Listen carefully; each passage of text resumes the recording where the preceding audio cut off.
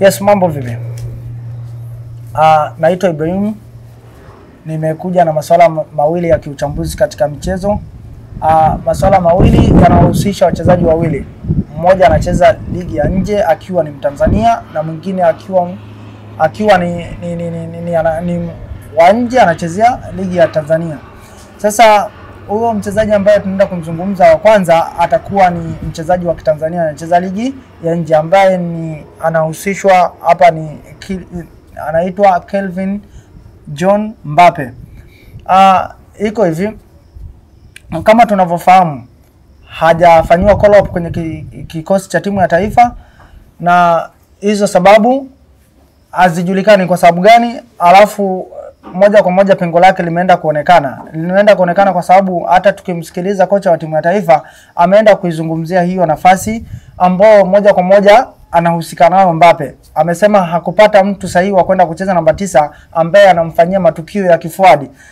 Na kama tunavyojua timu ya taifa haifanyiwi selection tu kwa sababu tu mtu anahitaji 1 2 3 huyu atakuaje huyu. Hapana, potential of form yako ndio itakufanya uende kwenye timu ya tofauti na klabu.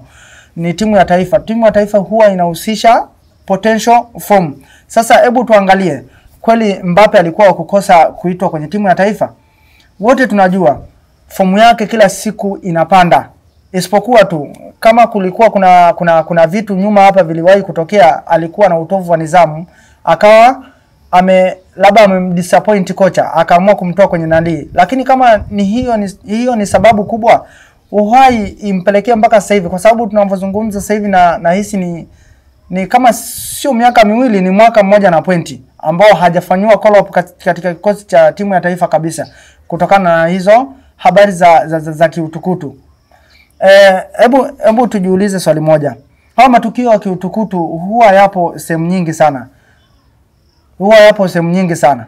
Na wachezaji wakubwa, isipokuwa tu ndio unampa mtu adhabu mechi kadhaa hata kuwepo kwenye kikosi cha timu ya taifa, alafu mechi zinazofuata anarudi, inakuwa kama adhabu. Tunashuhudia watu wengi hapa kama akina Mario Balotelli, akina Diego Costa, Luis Suarez, walikuwa wanafanya matukio ambao au kuna mtu anaitwa Ramos. Watu wanafanya matukio makubwa ya kiutovu wa nidhamu. Yes, tunajua ni utovu wa nidhamu. Utovu wa nidhamu ili urekebishe, unaenda kurekebishwa kupitia adhabu hizi, labda kutofanywa call up, kutokufanyaje. Watu wanajirekebisha na anapewa game kadhaa. Kwa hiyo kama ni tatizo ni hilo hapo, why ndio hadi sasa hivi bado alijaisha kwamba hadi sasa hivi hao nje ya kikosi cha timu ya taifa. Hizo bifu zinawapelekea mpaka kuna wachezaji wengine sasa hivi hatuwaoni ambao wanastahili kucheza timu ya taifa, lakini hawaiti kwa sababu ya hizo sababu ndogo. Tunamzungumza mtu kama Kibu Denis, sasa hivi haonekani kwenye kikosi cha timu ya taifa. Wewe Kibu Denis, nini ambacho kitamfanya akae, kwamba kwa sababu hachezi regular starters ya Simba first 11 ndio sababu tu ya kumpelekea kwamba asitwe timu ya taifa? Lakini akiingia si tunaona kitu chake. Kwa nini umweke nje ya kikosi cha timu ya taifa? Kwa hiyo kuna namna nyingine tunaweza kwa sababu vitu kwa kupunish, si ndio? Jinsi alivyopunish, lakini sasa inakuwa too much mpaka kuna watu tunaona mbona imekuwa too much, ilitakiwa iishie hapa mambo mengine, kwa sababu hata yeye mwenyewe CV zake zinatengenezwa kupitia matokeo ya timu ya taifa. Yaani timu ya taifa ikifanya vizuri hata na yeye rank inapanda. Sasa itafanyaje vizuri kama unaendekeza vitu vya kimoyoni kwamba wewe umeamua tu asiitwe mtu, kwa sababu sisi tutaiweka hivyo. Hakuna sababu inayomfanya mtu kama Kelvin John akae nje ya kikosi cha timu ya taifa au Kibu Denis akae nje ya kikosi cha timu ya taifa. Ni kipi? Si hasira. Hizo ni hasira.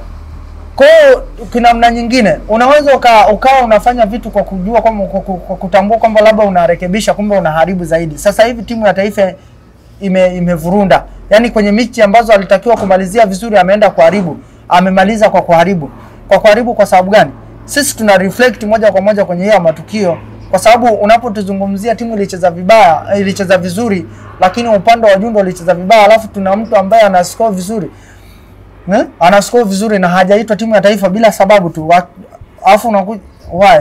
Kuna watu wanamkingia vifua kwamba bwana, kwamba hata kama yeye angeitwa timu ya taifa, kama ingekuwa ingefungwa tu, lakini sasa angemuita acheze, tufungwe tukiwa tunajua kwamba kwani Suarez ai guarantee kwamba ukimuita labda ndo watu, lakini sisi tunataka si current form, ana current form, muite kwenye timu tufungwe tukiwa tunajua kwamba timu imeshindwa. Sasa hivi tunalaumiwa kwenye upande wa forward huyo ndo tunemtazamia hayupo. Sasa atakiwa kutoka, akiwa ametoka Samata aache ufalme wake kwa watu kama kina nani, kulingana na misingi yake ya utengenezaji wa kwenye michezo. Alitakiwa mikoba ya Samata au anarisi yeye, kwa sababu kwanza kaanza mpira akiwa kwenye umri sahihi, akatoka nje kwenye umri sahihi, kaenda kucheza kwenye ligi kubwa japo sio kubwa kivile, kubwa kidogo kama Samata alivyoanza usahihi, na hadi sasa hivi ana potential vizuri tu, anafunga, anafanyaje. Sasa kwa nini hujamuita?